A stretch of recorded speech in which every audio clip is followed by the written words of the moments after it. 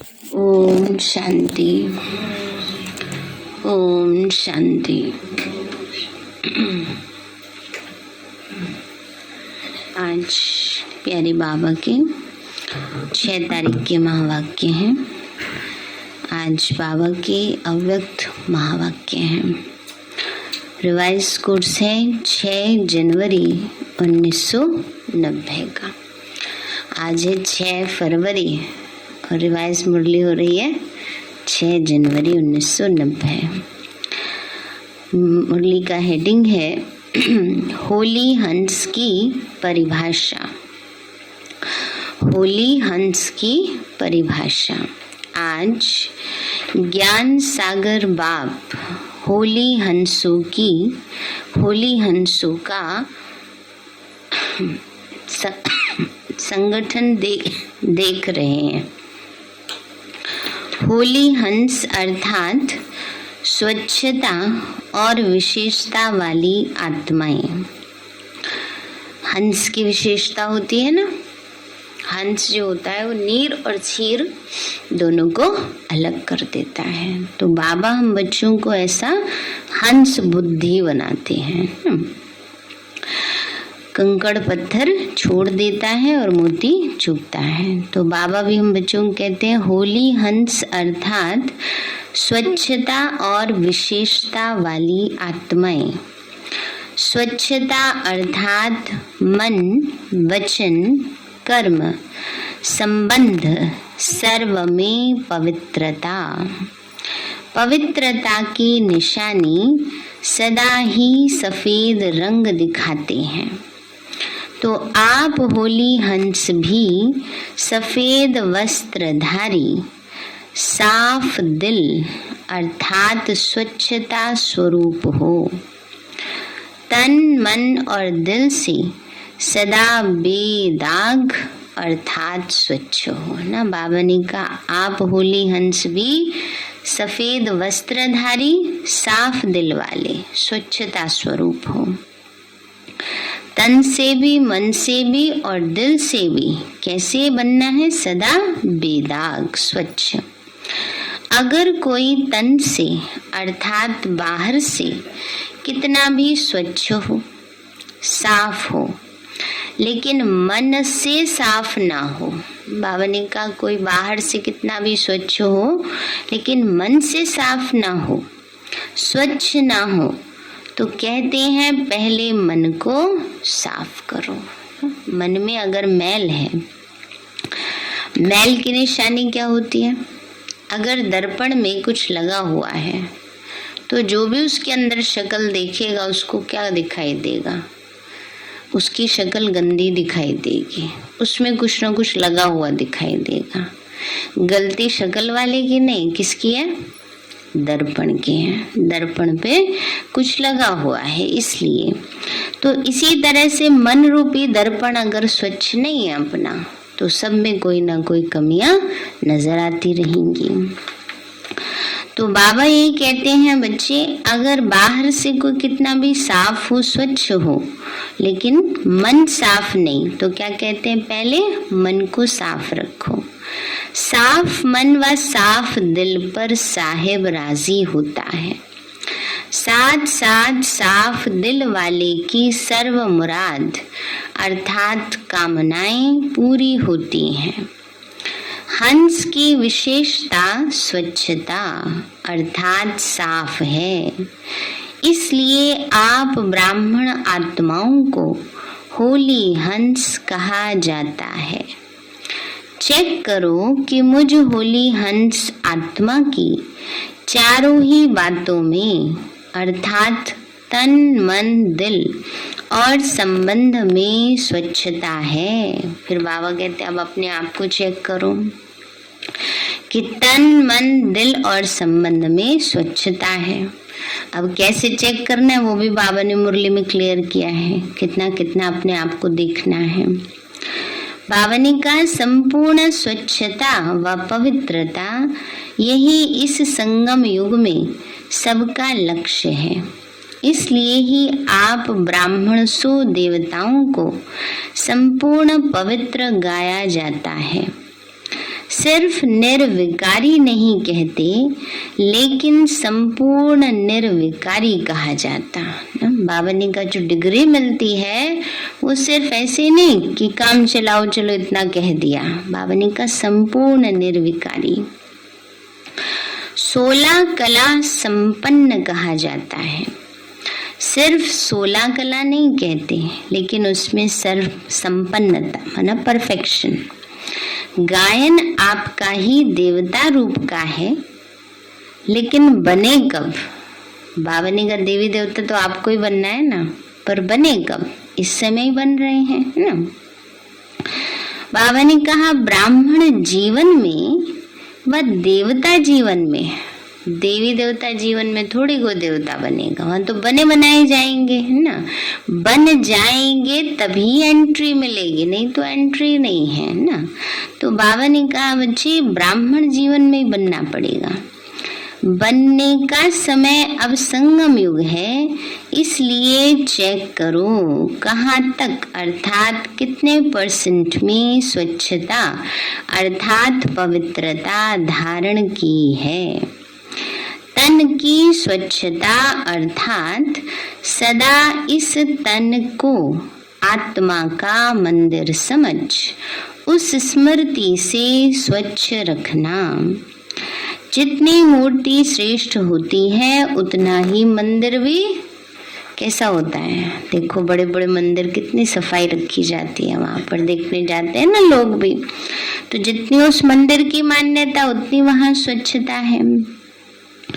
बाबा ने कहा उतना ही मंदिर भी श्रेष्ठ होता है। तो आप श्रेष्ठ मूर्तियां हो या साधारण हो, अब अपने आप से पूछो। बाबा कहते हैं आप श्रेष्ठ मूर्तियां हो या साधारण मूर्तियां हो, हम सभी तो श्रेष्ठ है ना, भगवान की चुनी हुई आत्माएं हैं। ब्राह्मण आत्माएं सारे कल्प में नंबर 1 श्रेष्ठ आत्माएं हैं। ब्राह्मणों के आगे देवताएं भी सोने तुल्य हैं और ब्राह्मण जीवन हीरे तुल्य है ना। तो बाबा ने कहा ये जन्म हमारा हीरे जैसा अनमोल है, हीरे तुल्य है। बाबा ने कहा ब्राह्मण जीवन अर्थात हीरे तुल्य जीवन। तो आप सभी हीरे की मूर्तियां हो।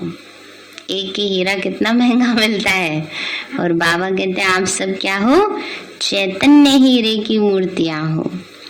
कितनी ऊंची हो गई। इतना अपना स्वमान जान इस शरीर रूपी मंदिर को स्वच्छ रखो। सादा हो लेकिन स्वच्छ हो। बाबा ने कहा सादा हो लेकिन स्वच्छ हो। ड्रेस तो हमारी सादी है ना, लेकिन उसमें स्वच्छता हो, रॉयल्टी हो। इस विधि से तन की पवित्रता सदा रूहानी खुशबू का अनुभव कराएगी। ऐसी स्वच्छता पवित्रता कहाँ तक धारण हुई है। देह भान में स्वच्छता नहीं होती, लेकिन आत्मा का मंदिर समझने से स्वच्छ रखते हो। और यह मंदिर भी बाप ने आपको संभालने और चलाने के लिए दिया है। बाबा कहते शरीर क्या है, मंदिर है। और ये मंदिर में ज्योत ना जले तो सारे भक्त सो जाएंगे, हैं? तो बाबा कहते हैं बच्चे मूर्ति सोई पड़ी होगी तो भक्त क्या करेंगे, लाइन में लगने वाले लाइन में लगे लगे सो जाएंगे, कम हो जाएगी। तो बाबा कहते हैं बच्चे ये मंदिर बाबा ने क्या किस लिए दिया है, संभाल के लिए दिया है, चलाने के लिए दिया है। इस मंदिर का ट्रस्टी बनाया है। तो आपने तो तन मन धन सब दे दिया ना, तो अभी आपका तो नहीं है, मेरा कहेंगे या तेरा कहेंगे। तो ट्रस्टीपन स्वतः ही नष्टो मोहा, अर्थात स्वच्छता और पवित्रता को अपने में लाता है। मोह से स्वच्छता नहीं, लेकिन बाप ने सेवा दी है, ऐसे स्वच्छ समझ तन को स्वच्छ पवित्र रखते हो, लगावश नहीं हाय मेरा शरीर ये नहीं होना चाहिए ना। लेकिन ये बाबा ने सेवा के लिए दिया है, बड़ा सहयोगी है ना, ये होना चाहिए। तो बाबा ने कहा मुंह से स्वच्छता नहीं लेकिन बाप ने सेवा दी है, ऐसे समझ तन को स्वच्छ पवित्र रखते हो ना। वह जैसे आता है वैसे चलाते रहते हो, ऐसे तो नहीं करते हैं ना, ध्यान रखते हैं ना सभी तन की स्वच्छता का भी। ऐसे नहीं चलो ज्यादा ठंडी है ड्राई क्लीनिंग कर लें ऐसे तो कोई नहीं करते अभी, बाबा के बच्चे तो नहीं करते होंगे हैं, पहले कर देते होंगे ज्ञान में, है पहले भी नहीं किया, चलो अच्छी बात है। कई क्या करते हैं, जाएंगे और बस कपड़े बदल के आ जाएंगे। अरे 2 लोटे डाल लेने में क्या बुराई है? जब आप जाए हो, बाबा ने जो नियम बनाया है हमारा कि अगर पेट में गड़बड़ होती है तो स्नान करके ही आना चाहिए, तो खाली कपड़े बदल लेने से थोड़ा ही वो हो जाता है ना। स्नान पूरा करना चाहिए, अधूरा नहीं करना चाहिए ना। तो ये तो एक हमारा नियम है नेचुरल ना, तो उसको भी हमें पूरी रीति पालन करना है और अपने सारे शरीर की स्वच्छता का भी ध्यान रखना है। कई ऐसे करते हैं सर धो लेंगे, कंघी नहीं करेंगे, बाल ऐसे खुले छोड़ देंगे, वो चारों तरफ बिखरते रहेंगे ऐसे भी नहीं करना चाहिए, है ना। नेल्स बढ़ा के रखेंगे, ये तो सब ध्यान रखते हैं ना, कटे हुए हैं सबके नेल्स। स्कूल में भी एक दिन ऐसा होता है चेकिंग वाला, करते हैं ना चेक, ड्रेस प्रॉपर होनी चाहिए, उसका भी नंबर है। चलो ड्रेस का तो बाबा ने कंपल्शन नहीं रखा, पर ऐसे भी नहीं 4 दिन से वही कपड़े पहने हुए हैं, दूसरे बेचारे परेशान हो रहे हैं पास में बैठे वाले। ऐसा भी नहीं होना चाहिए, कई इतनी खुशबू फैलाते रहते हैं, परेशानी दूसरों को होती है, तो ये भी नहीं होना चाहिए। तो ये सब बातों का हमें ध्यान रखना है तो तन की स्वच्छता भी बहुत आवश्यक है ना। बाबा ने कहा बच्चे इतना भी नहीं कि हर टाइम ब्यूटी पार्लर में बैठे रहो, ये भी नहीं होना चाहिए ना, इतना तन का ख्याल भी नहीं होना चाहिए। लेकिन ये भी नहीं कि कंघी भी नहीं करो, तेल भी नहीं लगाओ, साफ कपड़े भी नहीं पहनो, ये बाबा ने रॉयल्टी सिखाई है। बाबा ने कहा बच्चे इसलिए ऐसे समझ तन को स्वच्छ पवित्र रखते हो ना, वह जैसे आता है वैसे चलाते हो। स्वच्छता भी रूहानियत की निशानी है, ऐसे ही मन की स्वच्छता या पवित्रता, इसकी भी परसेंटेज देखो। सारे दिन में किसी भी प्रकार का अशुद्ध संकल्प मन में चला तो इसको संपूर्ण स्वच्छता नहीं कहेंगे। मन के प्रति बाप दादा का डायरेक्शन है, मन को मेरे में लगाओ व विश्व सेवा में लगाओ। मन मना भव, इस मंत्र की सदा स्मृति रहे, इसको कहते हैं मन की स्वच्छता व पवित्रता। और किसी तरफ भी मन भटकता है तो भटकना अर्थात अस्वच्छता। बाबा ने कहा अगर मन इधर उधर भटक रहा है, क्यों क्या कैसे में जा रहा है, तो ये भी इम्प्योरिटी है, अस्वच्छता है।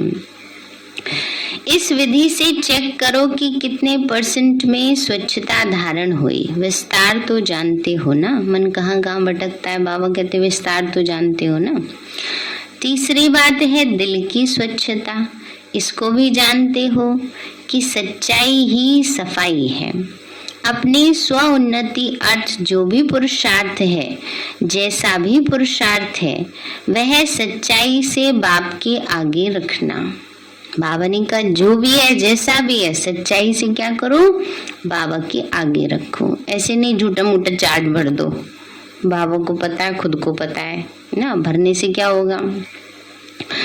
बाबा ने कहा बच्चे तो एक स्वयं के पुरुषार्थ की स्वच्छता है, कहाँ तक अपने आप को, अपने आप के लिए बहुत स्ट्रिक्ट तराजू होना चाहिए ना। ऐसे अलबेलेपन से दूसरे को अलबेलेपन से चला सकते हैं, चलो किसी की कोई कमी कमजोरी है कोई बात नहीं, ठीक हो जाए, लेकिन अपने प्रति कभी भी ऐसी हल्की नजर नहीं रखो।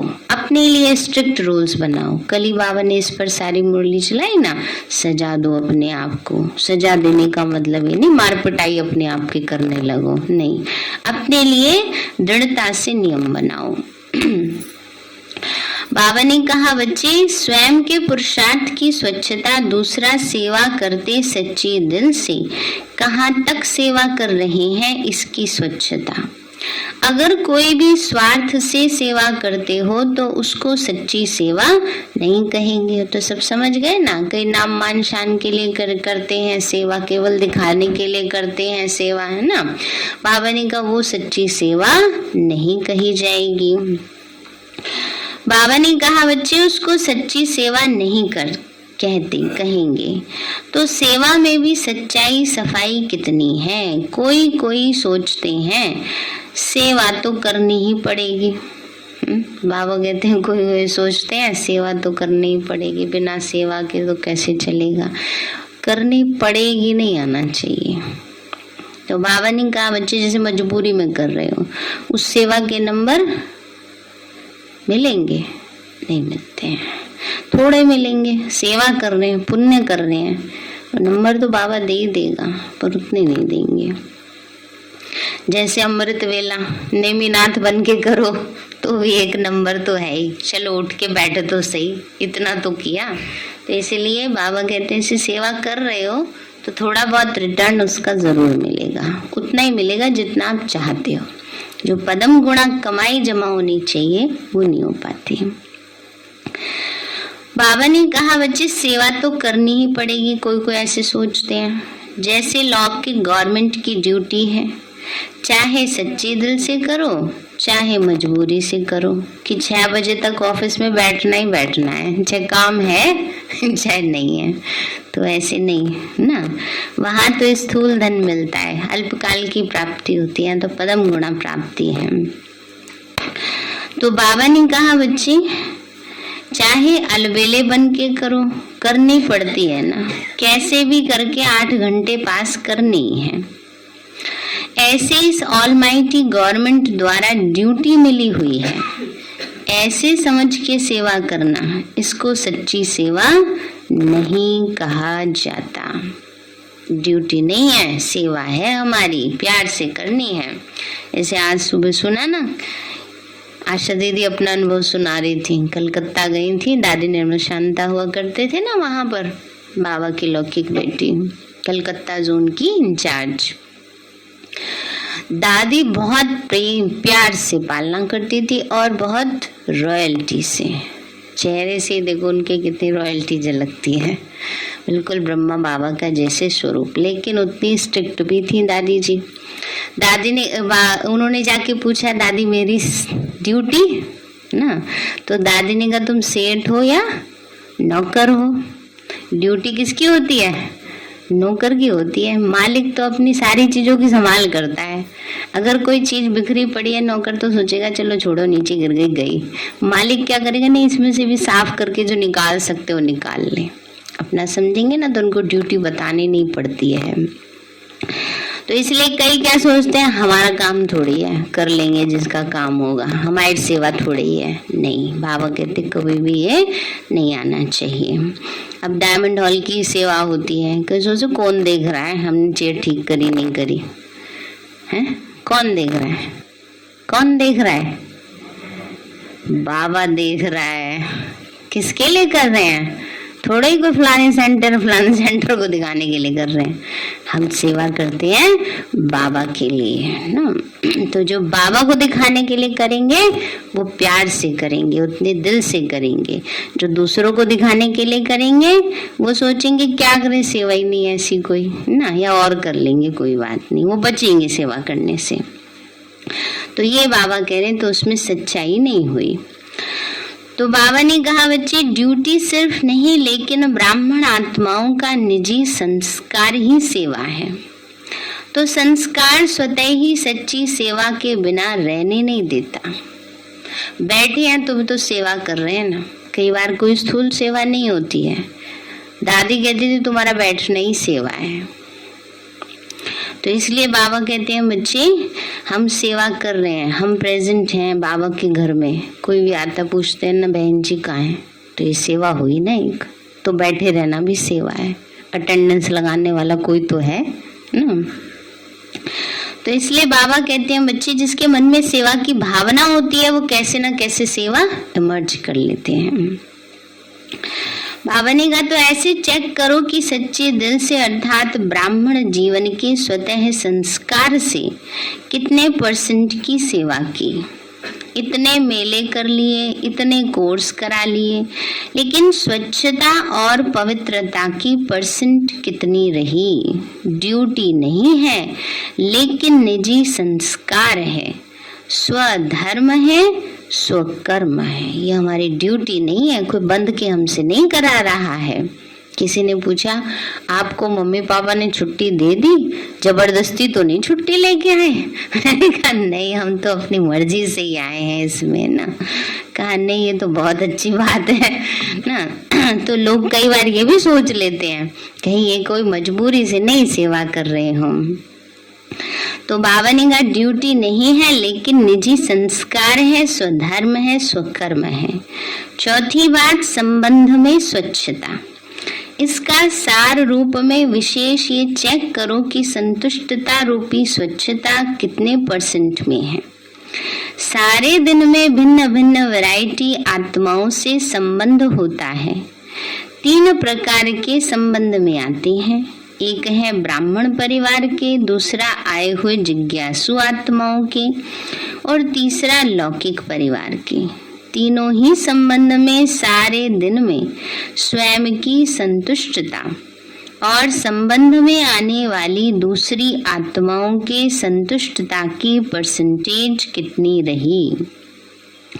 संतुष्टता की निशानी स्वयं भी मन से हल्के और खुश रहेंगे और दूसरे भी खुश रहेंगे।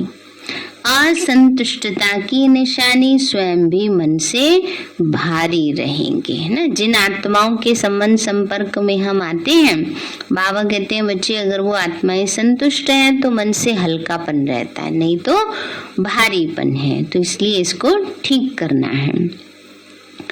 अगर सच्चे पुरुषार्थी हैं तो बार बार न चाहते भी ये संकल्प आता रहेगा कि ऐसे नहीं बोलते, ऐसे नहीं करता तो अच्छा था, यह बोलते थे, यह करते थे, यह आता रहेगा। और अलबेले पुरुषार्थी को ये भी नहीं आएगा। जो सच्चे पुरुषार्थी होंगे वो दूसरे के लिए नहीं कहेंगे कि ऐसे थोड़े करते हैं, ऐसे थोड़े होता है। वो कहेंगे हमें ऐसे नहीं करना चाहिए था, हमें ऐसे नहीं बोलना चाहिए था, हमें ऐसे नहीं होना चाहिए था। जो सच्चा पुरुषार्थी है।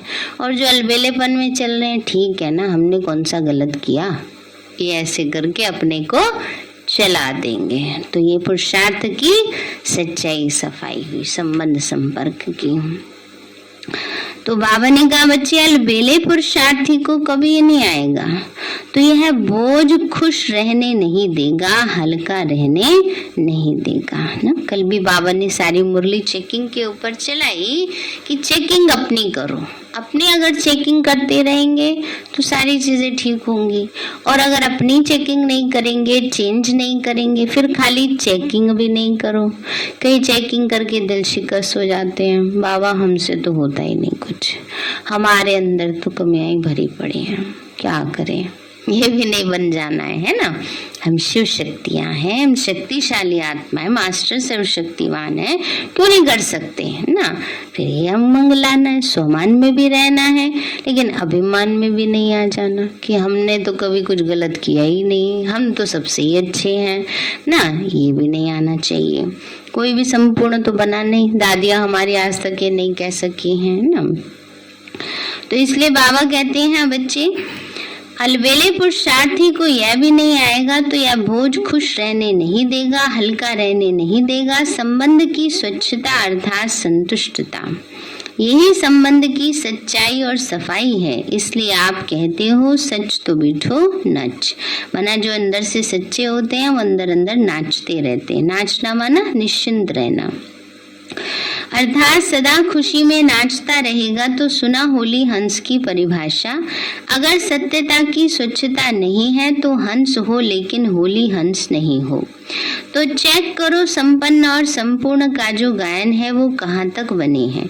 अगर ड्रामा अनुसार आज भी इस शरीर का हिसाब समाप्त हो जाए तो कितने परसेंट में पास होंगे, अपने आप को देखना है, चेक करना है।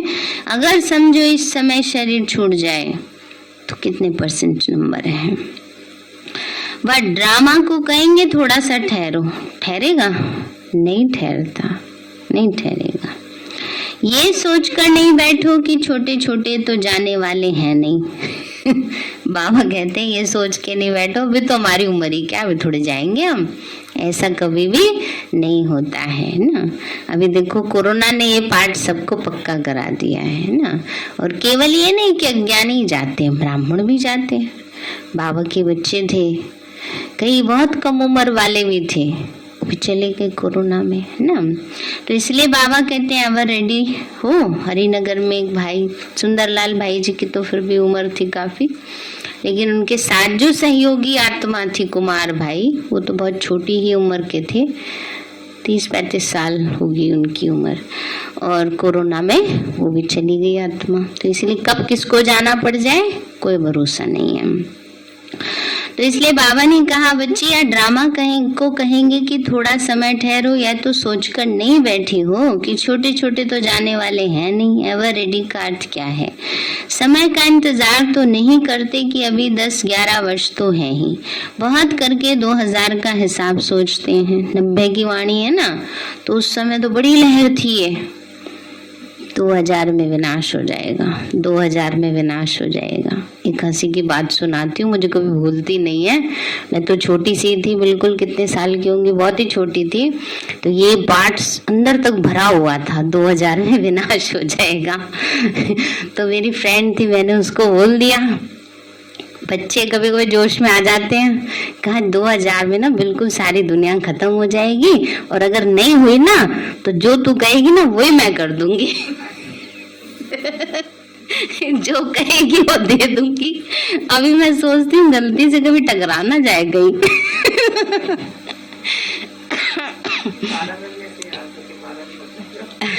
हाँ, आप सबने तो 12 वाला सुना है ना, हम तो तब से सुनते आ रहे हैं। तो इसलिए 2000 में उस समय इतना था कि बस 2000 में तो सच में ही सब कुछ खत्म हो जाएगा। सब पुरुषार्थ भी उसी हिसाब से करते थे, बस अब विनाश होने वाला, विनाश होने वाला, विनाश होने वाला, इतना अंदर में भर गया था। फिर उसके बाद जब 2000 के बाद लोगों ने इतना वो कहा, कहने लगे लोग कि ब्रह्मा कुमारियां विनाश विनाश करती रहती हैं, तो फिर उषा दीदी की क्लासेस आई कि विनाश नहीं होगा, परिवर्तन होगा ना। कि फिर उसके बाद से परिवर्तन शब्द यूज करने लगे। ये भी बात सही है, बाबा बाकियों के लिए तो रुका रहेगा ना। तो बाबा ने कहा बच्चे, लेकिन सृष्टि के विनाश की बात अलग है, अपने को एवर रेडी रखना अलग बात है। इसलिए यह उनसे नहीं मिलाना, भिन्न भिन्न आत्माओं का भिन्न भिन्न पार्ट है।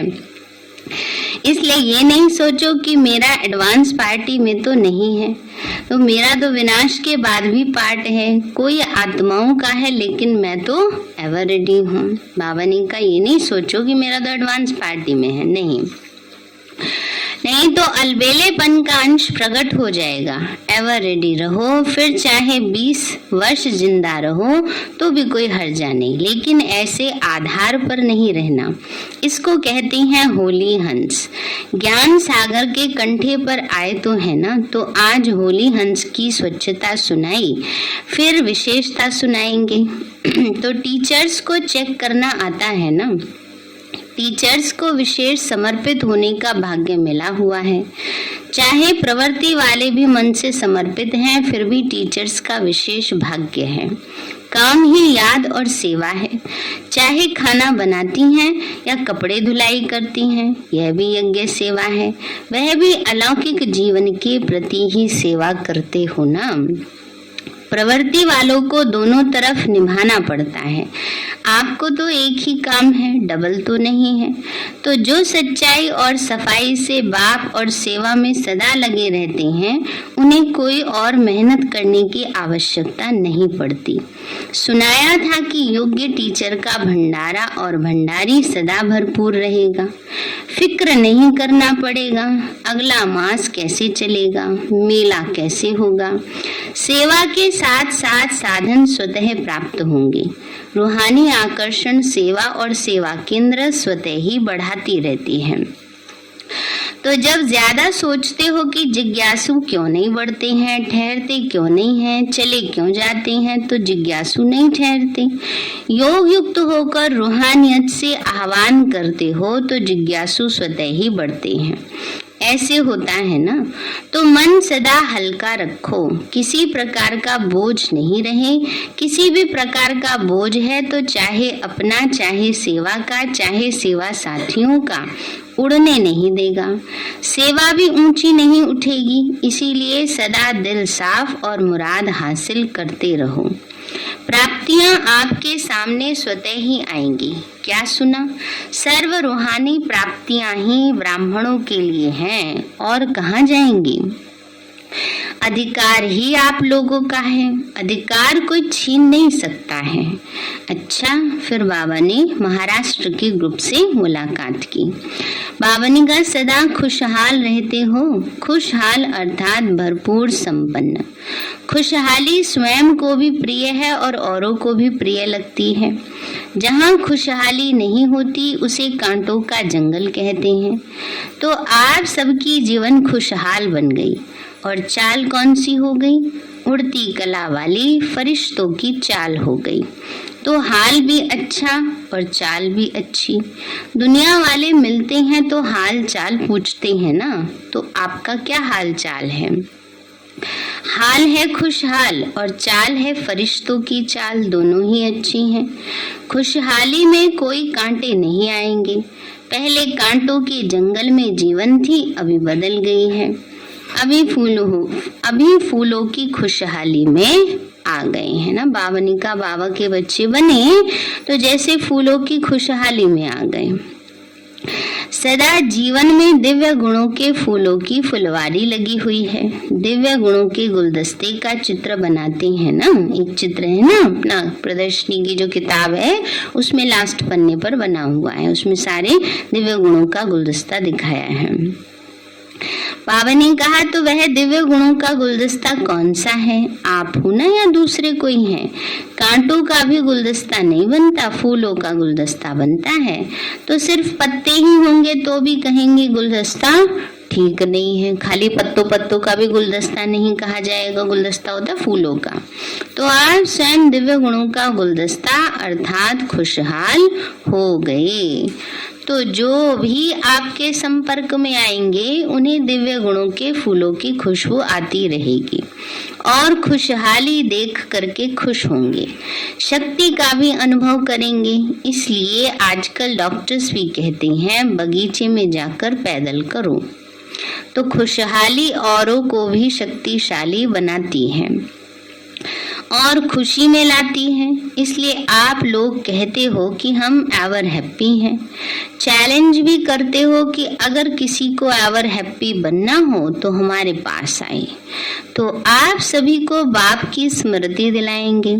तो एवर हेल्दी, एवर वेल्दी और एवर हैप्पी, यह आपका जन्म सिद्ध अधिकार है। यह अधिकार आपको तो मिल गया ना। तो सभी को कहते हो कि जन्म सिद्ध अधिकार है।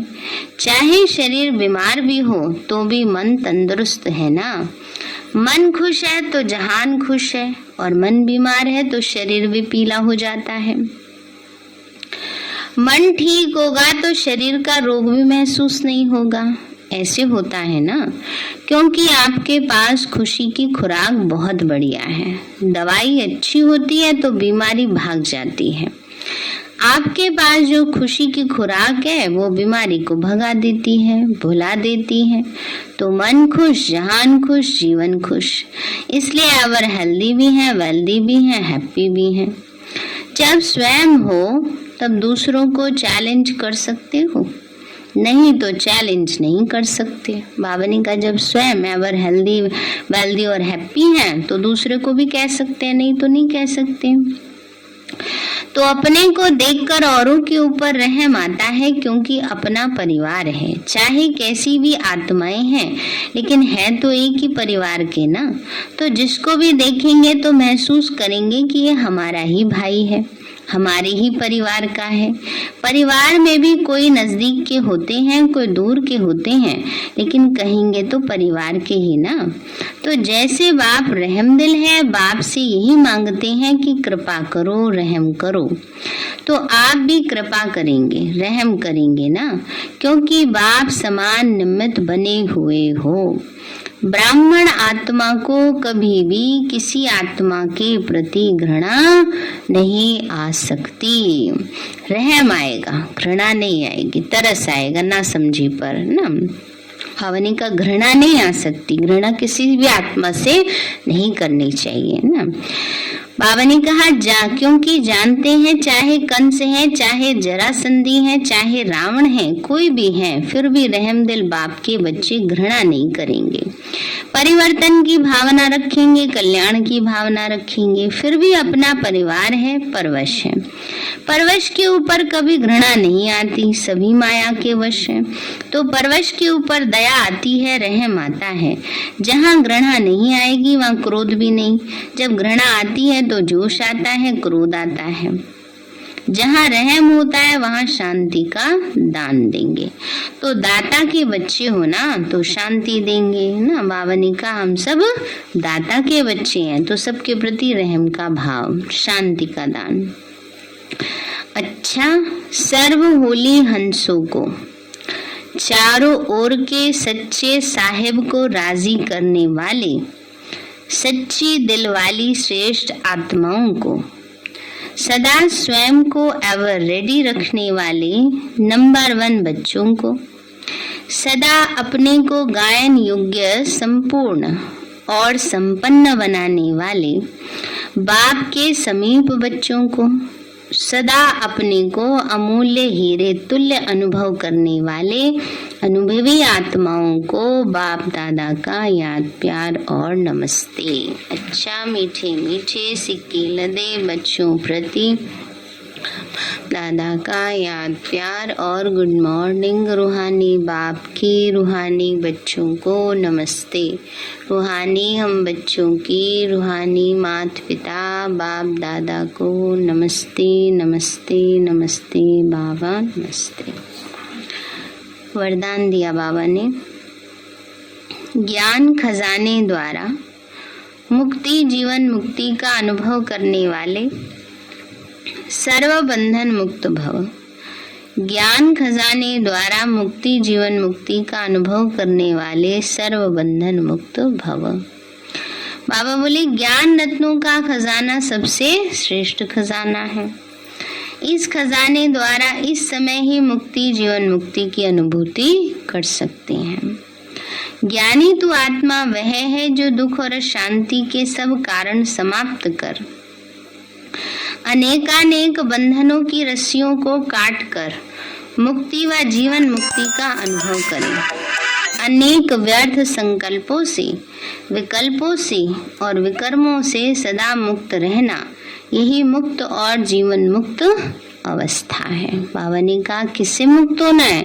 कोई घर बार से नहीं हो जाना। अनेक व्यर्थ संकल्पों से, विकल्पों माने विकारी विचार और विकर्मों से, पाप कर्मों से सदा मुक्त रहना, यही मुक्त और जीवन मुक्त अवस्था है। स्लोगन है, विश्व परिवर्तक वह है जो अपनी शक्तिशाली वृत्तियों से वायुमंडल को परिवर्तन करते। विश्व परिवर्तक वह है जो अपनी शक्तिशाली वृत्तियों से वायुमंडल को परिवर्तन कर दे। और मुरली का हेडिंग है होली हंस की परिभाषा। अच्छा, ओम शांति। मीठे बाबा, आपने हमें सब कुछ दिया।